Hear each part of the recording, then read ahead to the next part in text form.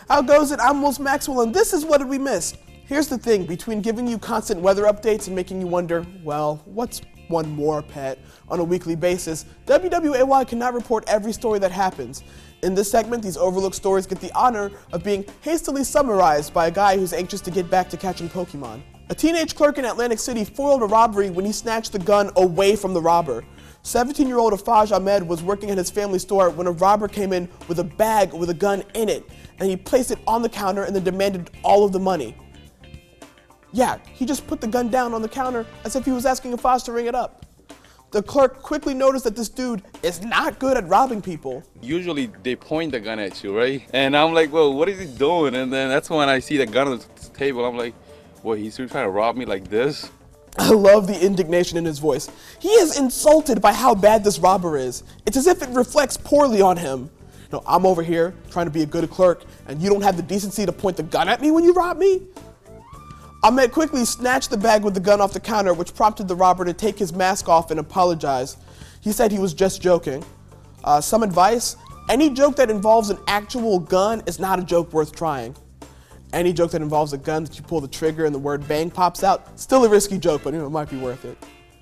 Ahmed does not recommend trying to grab a gun from an armed robber, and I do not recommend robbing. It looks hard. 21 people were stuck for several hours when a ride at Knott's Berry Farm broke down. The braking system for the Sky Cabin ride malfunctioned, causing the passengers to be stuck at 125 feet. The ride does move very slowly, so I imagine it took them a while to realize that it just stopped.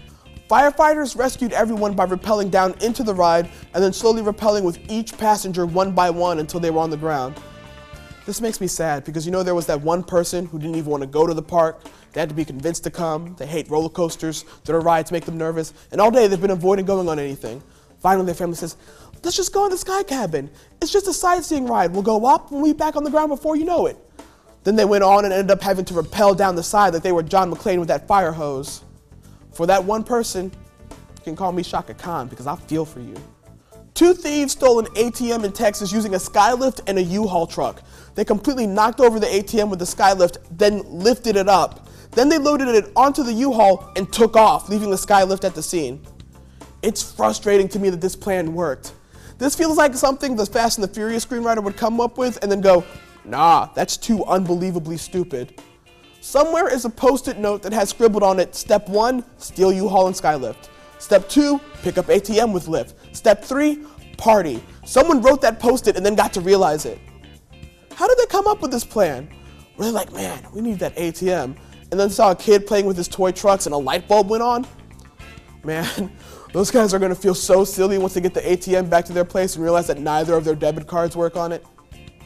I'm Wills Maxwell, and that's what we missed.